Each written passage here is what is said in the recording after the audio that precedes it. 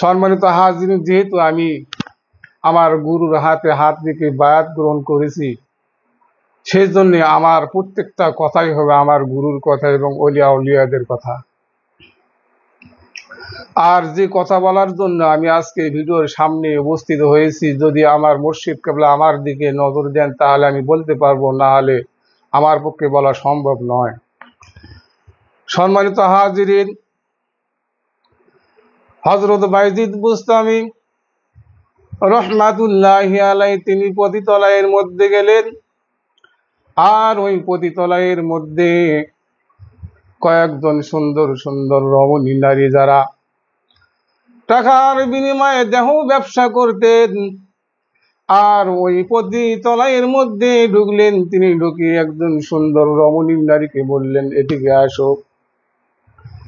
ওই মেয়েটি তার কাছে আসলেন এবং মেয়েটিকে বললেন, মা রে, আমি তো তোমার কাছে এসেছি এই জন্যই তুমি টাকার বিনিময়ে তোমার দেহ বিক্রি করো। আজকে আমি একটা কথা বলতেছি, সেটা হলো আমি আজকে রাতের জন্য তোমাকে কিনে নিতে চাই। মেয়েটি বললেন, যদি অর্থ দাও তাহলে আজকে আমি একটি রাতের জন্য তোমার কথা রাখতে পারি। হযরত বায়জিদ বুস্তামি তুমি কিছু দিরহামের মাধ্যমে ওই মেয়েটিকে খরিদ করলেন এবং মেয়েটিকে বললেন, মারে, আমি বায়জিদ, আমি তোমাকে যে খরিদ করলাম, আর আজকের রাত্রির জন্য আমি যাহা বলবো তুমি তাহাই শুনবেন। এবং ওই মেয়েটি বললেন, বায়জিদ, তুমি যাহা বলবে আমি তাহাই শুনব। মেয়েটিকে যখন ওই পতিতালয় থেকে নিয়ে রওনা হলেন, রাস্তার পাশে অগণিত মানুষ তারা দেখতে লাগলেন, আহারে, উনি তো একজন জবরদস্ত ওলি। দেখেন, তার মধ্যে এমন এক কুকর্ম দেখা যায়, যারা যে নারীগণ অর্থের বিনিময়ে যারা দেহ ব্যবসা করে, আর সেই দেহ ব্যবসা রানীকে নিয়ে তিনি চলে যাচ্ছেন।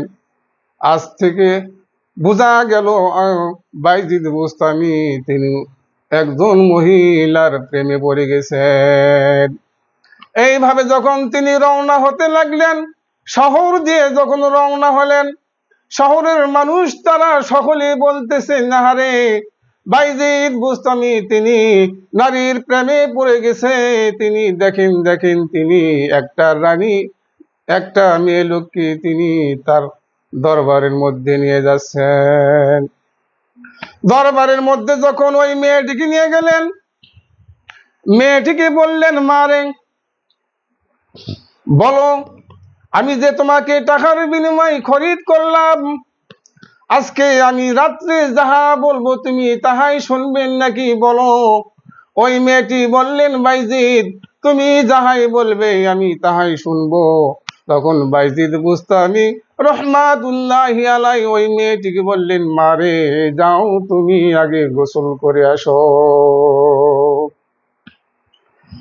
গোসল করার জন্য রওনা হলেন তিনি। ওই মেয়েটি গোসল সেরে এসে বায়জিদ বুস্তামির কাছে আসলেন এবং বায়জিদ বুস্তামি রহমাতুল্লাহি আলাইহি তিনি একটা জায়নামাজ নিয়ে আসলেন।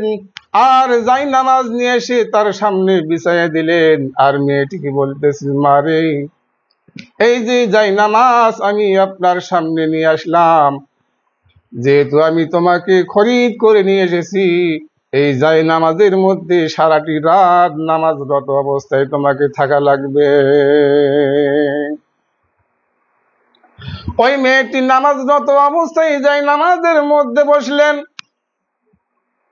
এদিকে অন্য ঘরে হযরত বায়জিদ বুস্তামি রহমাতুল্লাহি আলাইহি দুহাত তুললেন মালিকের কাছে আর বলতেছেন, মালিক, আমার কাজ ছিল ওই মেয়েটিকে নিয়ে আসা এবং জায়নামাজে দাঁড় করানো, কিন্তু আমার পক্ষে সম্ভব নয় ভালো করার জন্য, মালিক। আর আমি যেহেতু এই মেয়েটিকে তোমার বান্দিকে জায়নামাজে রত অবস্থায় রেখেছি, আর এই মেয়ের মন পরিবর্তন করার দায়িত্ব তোমার। সম্মানিত হাজিরিন, তাই আসুন আসলে আল্লাহর অলিগণ যারা, তারা কোনোদিন নারীর প্রেমে পড়ে না। তাই আসুন, যারা হক্কানি ওলিয়া আউলিয়াগণ এখনো বাংলার জমিনে যারা খানকায় আছেন, আমরা তাদের সোহবতে থাকতে চাই এবং সারাটি জীবন থাকতে চাই। তাই আসুন, আমরা আমাদের মরণটা যেন ইমাম হাসান এবং হুসাইন আলাইহিস সালাতু ওয়াস সালামের সৈনিক হিসেবে যেন আমরা জীবনটা দিতে পারি, এ আশাবাদ ব্যক্ত রেখে আমি আমার সংক্ষিপ্ত কথা এখানে শেষ করলাম। ওয়া আখির দাওয়ানা আলহামদুলিল্লাহি রাব্বিল আলামিন। আসসালামু আলাইকুম ওয়া রাহমাতুল্লাহি ওয়া বারাকাতুহু।